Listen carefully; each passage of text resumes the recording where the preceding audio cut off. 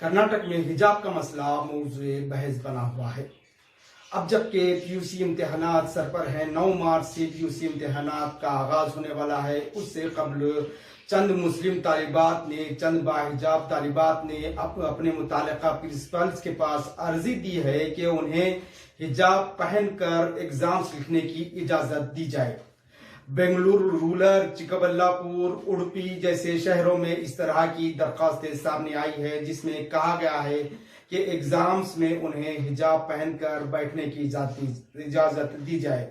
लेकिन रियासती वजीर तालीम BC नागेश ने इस तरह के तमाम अर्जियों को मुस्तरद कर दिया। उनका कहना है कि हिजाब पहनकर एग्जाम लिखने की इजाजत देने का कोई सवाल ही पैदा नहीं होता, क्योंकि ये मामला सुप्रीम कोर्ट में है।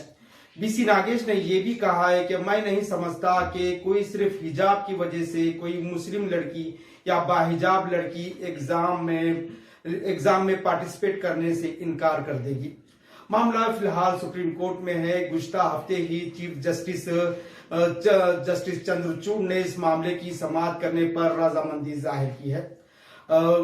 इस तरह अगर से देखा जाए तो ये पूरा मामला 2022 में मंजर-ए-आम पर आया था। कर्नाटका हाई कोर्ट में काफी लंबी बहस चली थी, तकरीबन 1 महीने से ज्यादा इस मामले की समाअत हुई थी, जिसके बाद कर्नाटका हाई कोर्ट ने रियासती हुकूमत के फैसले को बरकरार रखा था, जिसमें कहा गया था कि रियासती हुकूमत ने हिजाब के ताल्लुक से जो सरकारी ऑर्डर जारी किया है वो ठीक है। सरकारी इदारों में इस तरह के मजहबी शनाख्त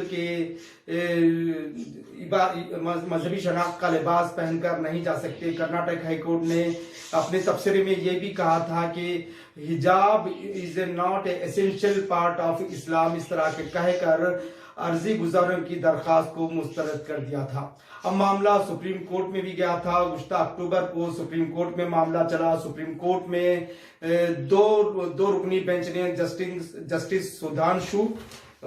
जस्टिस हेमंत गुप्ता और जस्टिस सुधांशु धूलिया ने इस मामले की समाअत की थी। जस्टिस हेमंत गुप्ता ने कर्नाटक हाईकोर्ट के फैसले को अपहेल्ड भी किया था, उसको दुरुस्त कहा था। उन्होंने कहा था कि सरकारी खर्च पर चलने वाले तालीमी इदारों में किसी एक मजहब की मखसूस शनाख्त के साथ तालिबात को तालीम हासिल करने की इजाजत नहीं दी जा सकती। जस्टिस सुधांशु ने कहा था कि सेकुलरिज्म का मतलब डाइवर्सिटी का टॉलरेंस है। हिजाब पहनना या नहीं पहनना किसी का इख्तियार है।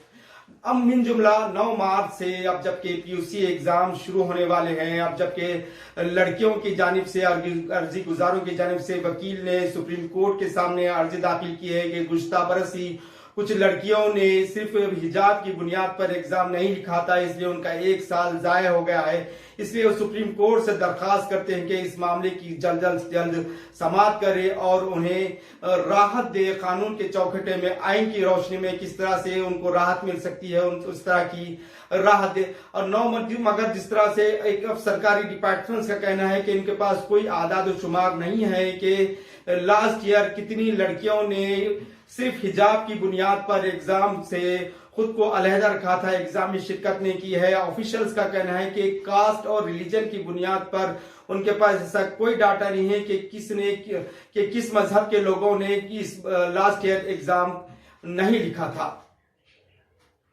हिंद क्रॉनिकल, गुलबर्गा, जवाद।